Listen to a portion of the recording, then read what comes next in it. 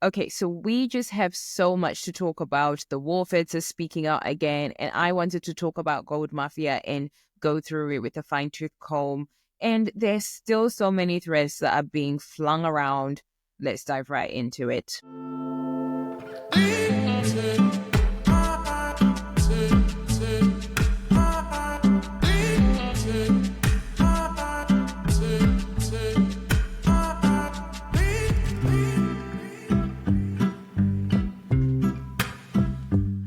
So the comrades have come out again and have spoken. And I think, they must have somehow heard everything that we have been asking as the people in terms of like, look, don't just expect us here to just follow you. But instead, we need you to tell us exactly what this taking out Ed looks like. And they certainly answered that for us.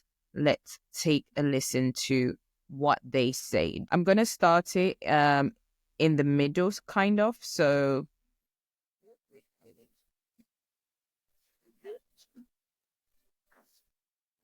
once you receive the signal, we have called upon you to step down peacefully, and immediately you have ignored. The people you step down of the Constitution will allow for a transition to a democratic government where people's voices are heard and their rights are respected. Stand guided, warned, or entertained. The choice is yours. We are not afraid of you. Never. We are not afraid of your propaganda machine. We are the people. We are the majority. And we will prevail. So you have heard what the comrades have said. We are the people, we're rising up, and we need to hold them accountable for this, and we need to be watching and we need to be paying attention. That is what I want to just say for now. Do go and watch the full clip on HSTV. Blessed Ntlanga is doing a wonderful job, and the team that he works with. So do go and support. I can see that already the majority of the content has been getting far much more engagement in more recent days. People are paying attention, they are listening, and I think we just need to continue sharing these messages. So that was just exciting for me to kind of see and see that they're responding to the things that we're asking when we're having discussions, whether that's online or even maybe the people on the ground also asking these same questions. Kuti, it's just as we don't want you to play games with us. We want you to be direct with us about if this man goes, what does this also look like? But tying into what has just happened with the comrades, I think one thing that we also have to be super aware of is that this current government is working with some key players, some people who have been involved in our country for many years, and we need to be paying attention to them. And so I want to talk specifically today about a man called Kamlesh Pattni. Now, he is mentioned in the Gold Mafia saga. In the episode, you see him, especially in the first 5 minutes, and you hear him being referred to as well somewhere in the documentary, especially that first episode, as number one, that he's the number one player in terms of smuggling gold outside of the country. And Macmillan, or they call him Mr. Gold, he confirms that what they are doing is gold smuggling. So this is not me making statements that haven't already been made by they themselves, the people that are doing this stuff. That's what they're calling it. They're calling it gold smuggling, and that's exactly what we're going to call it. And so this man, when you look at currently where the Zimbabwean economy is, where everything is in terms of our country, you see his fingerprint. But in order to see his fingerprint, you need to kind of figure out, well, what has he done before? Has he done anything like this before? If he's the number one and he's supposed to be the mastermind on this thing, is it possible for us to be able to trace back things that he has done before? And of course, yes, there has been. So a little bit of background on this character. He also goes by the name Brother Paul, and I'll get to how he got that name very shortly. He was born 12th of March in 1965. He is Kenyan. He was born in Kenya and raised in Kenya. He's known for what's called the Goldenberg scandal, which happened in Kenya with government officials. And this was a huge scandal. And I'll tell you a little bit more about this. So the modus operandi of this scam that he was running was that he was falsely claiming to be exporting gold and diamonds, applying for government compensation for exports under the Kenyan Export Compensation Scheme, which paid up to 35% of export value. His company presented fake export documents, leading to billions in fraudulent payouts from the Kenyan Treasury. Between 1991 and 1993, Kenya lost over 600 million, equivalent to 10% of its GDP at that time. So this affected the Kenyan economy. He was working with political and banking connections. One of those political connections was a man called James Kanyotu, who was the Kenyan Director of Intelligence at that time. My mic's dropped. This man also co-owned Goldenberg International with Pattni. They also used Exchange Bank Limited as well as Pan-African Bank Limited for their illicit transactions. Allegations that the funds were used to finance Kenya's 1992 general election. So he was arrested in 1994, but later acquitted in 2006. Now, my math is not very good, but that's a very long time. From 1994 to 2006, that means that this was a very serious case. It took years. But then when he was acquitted, it was because he argued that he was acting on government directives. Okay. So some government officials were investigated, but few were prosecuted, meaning some were persecuted. Okay. Kenya's economy suffered inflation and donor cuts due to this scandal. So these are the fingerprints. Is it possible for us to see the same pattern anywhere else? Let me think. Oh, wait. In Zimbabwe. Okay. It's giving Zimbabwe. It's giving Zimbabwe. Okay. So when he was under fire in Kenya, when he was facing this legal scrutiny, he decided to shift his operations to Zimbabwe, and he started to register new business entities and started to build a new network. He reinvented himself. Remember, I told you that he also goes by the name Brother Paul. So he said, okay, you know what? I think I'm a Christian now. And I'm Brother Paul, and I'm a minister of the gospel. And everywhere he goes, he's like, God bless you, God bless you, God bless you. Anyway, Pattni's company became a major gold exporter in Zimbabwe, obtaining gold from small-scale miners, using government-aligned officials to facilitate exports, claiming to bring forex revenue in Zimbabwe. It sounds like Zig to me. Sounding a lot like Zig. Smuggled Zimbabwean gold to Dubai, where it was refined, resold, and minimal profits returned to Zimbabwe. Now, let me ask you a question. If Zig is a gold-backed currency, but majority of our gold is being shipped to Dubai, what gold is backing us? It's like makutitira ndege mashanga manje, munotokwidza ndege dzemashanga, because you're saying kuti our currency is gold-backed, but majority of the gold is going abroad, and you even admitted it through that lady akatititiri madanda heads. Anonzani mukadzi uyo, I forgot her name, but atititiri madanda heads because muruma sanctions, so you have to loot this gold outside of the country. You have to. So what gold is backing the Zig? I'm just asking for a friend. So he's worked closely with the Zimbabwean ruling party officials using their protection to avoid scrutiny, bribing high-ranking officials.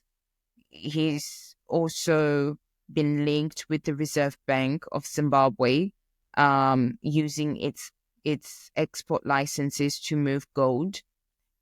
Okay, so as of February 2025, does Kamlesh Pattni still have a license to move gold?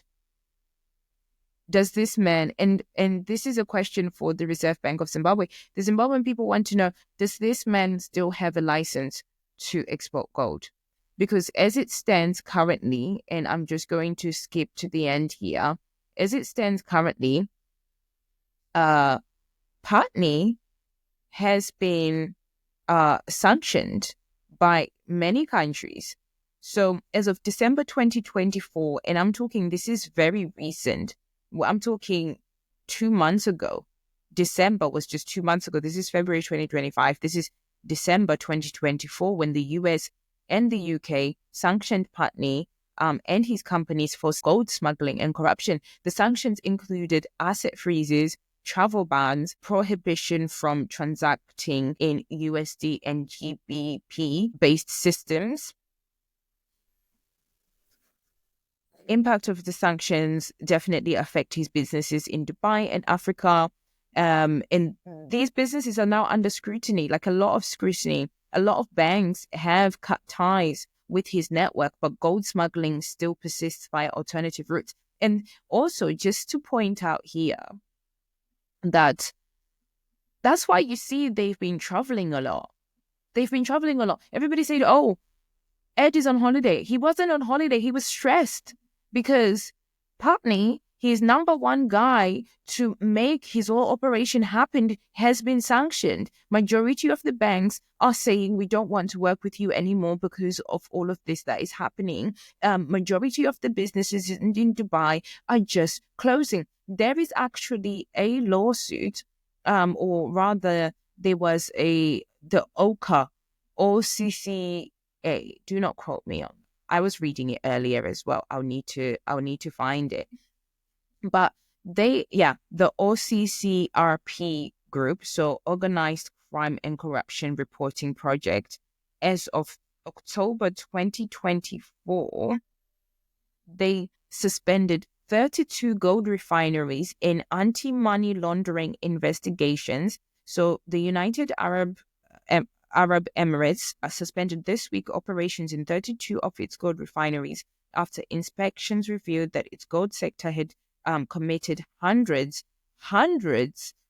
of anti-money laundering violations. So inspections discovered that 256 violations, 8 from each refinery, which indicated they were not following regulations meant to identify and prevent money laundering activities.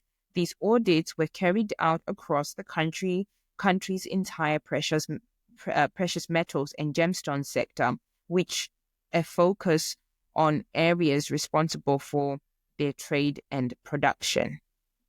So this was 24th of October, 2024.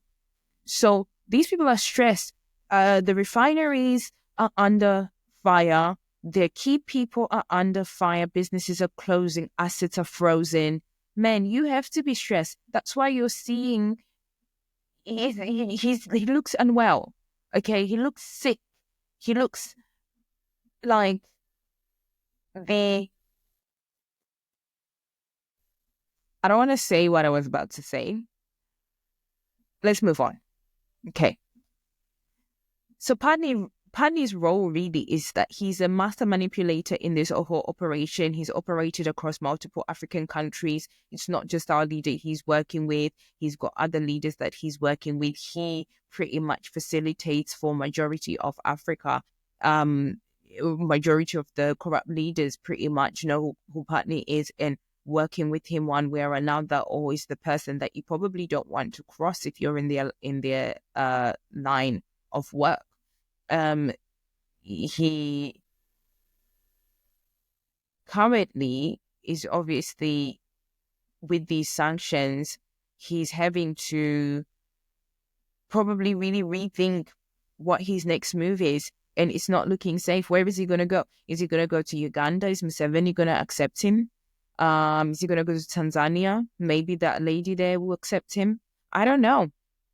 But it's not looking good at the moment for this man. And the reason why I brought this up, especially in line with this conversation that we're having, that we no longer want this current government to be running our country, is because we need to also be making sure that the people that enable them, that are in the background, because remember, these are just the faces that we see.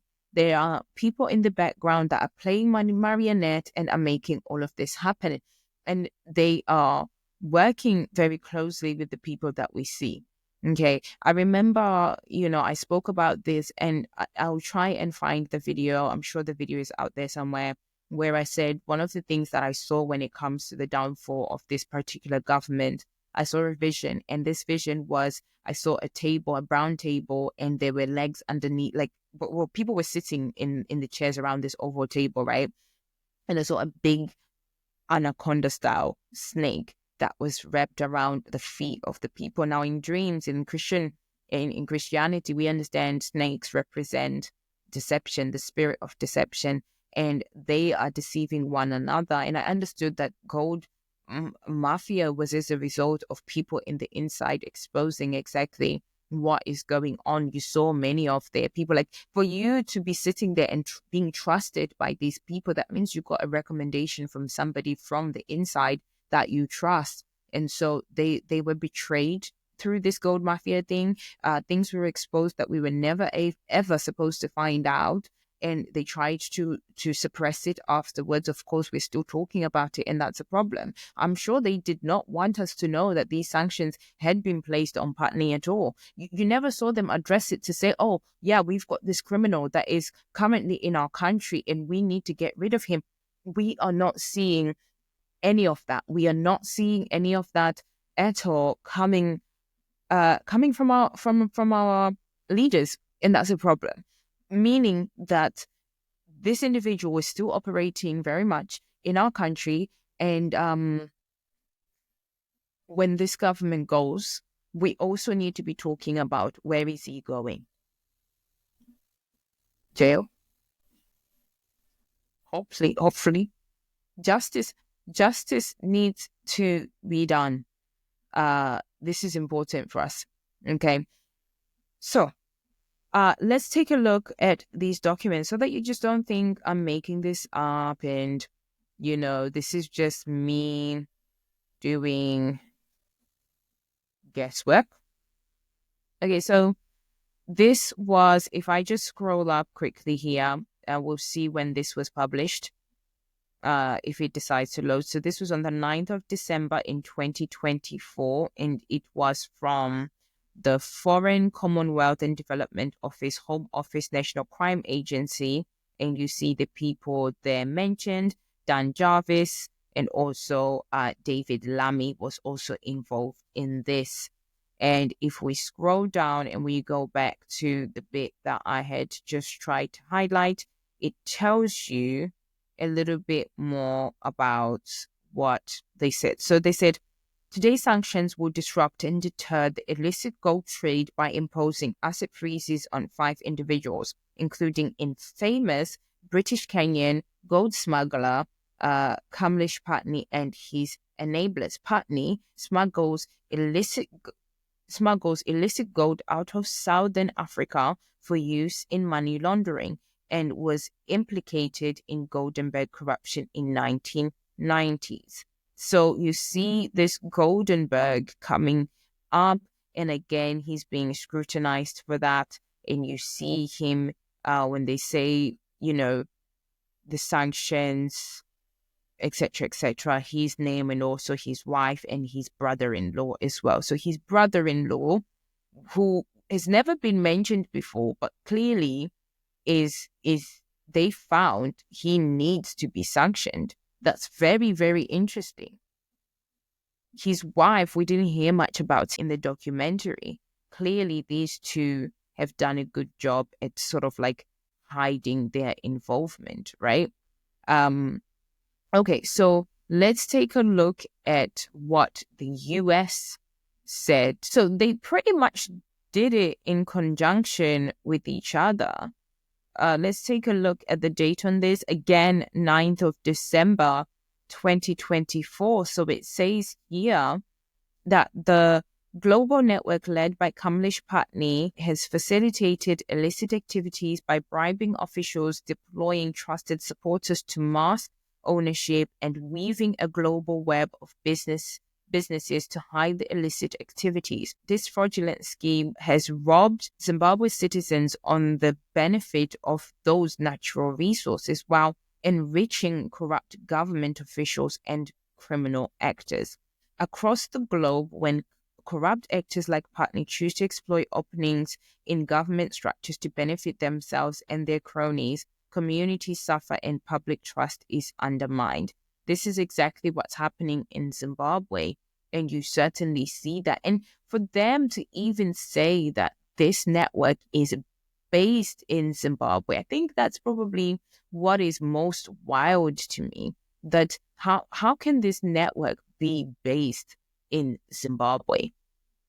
That's probably the worst thing about this whole thing, that this network is saying is based in our country, and that's not okay.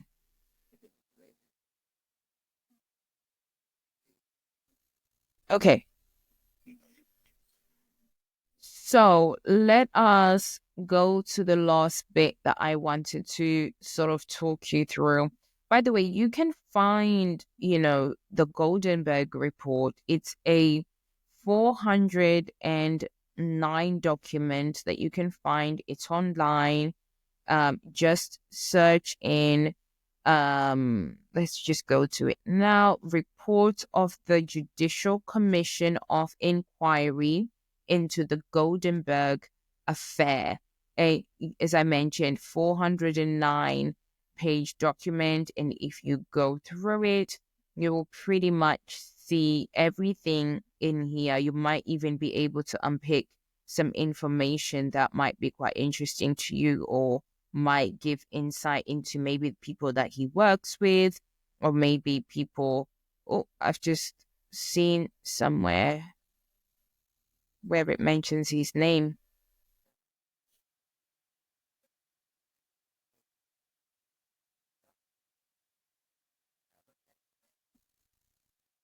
and now I can't find it. I think I might have moved too fast, really. Okay, that's fine. Anyway, this is the document. Do go and check it out, because it is very, very, very, very insightful to certainly look at. And you see, them talking, especially here, you see exactly what they're saying about the scandal, etc., etc. That's it. So, uh, I suppose that's what I wanted to talk about today, and that's what I wanted to cover today, because I think the majority Zimbabwean person doesn't really know who Kamlesh Patni is and the role that he plays. And I think they've done such a good job at hiding his involvement in this whole thing. But actually, he's right at the center of it for some reason. And yet, he remains private, he remains secret. And who's to say that if we were to remove this current government, that he wouldn't continue his operation in Zimbabwe, and we would be none the wiser. And so we need to be paying close attention to this. And we need to be making sure that as part of the expectations that we have from the comrades, that it also includes them finding out where this man is and how we can get justice as the Zimbabwean people. Because as you can see, the same way that he tanked the Kenyan economy, he has certainly tanked ours. People are dying, suffering, children being trafficked, and that is not okay. And we need justice. Anyway, that's everything from me. Thank you for tuning into my first episode. It has just been a lot going on. Please make sure that you share, that you like, that you subscribe. and that you continue talking about this and sharing with as many people as possible, because we certainly need change in our country, and we are the change. Again, thank you for tuning in, and see you next time. Bye.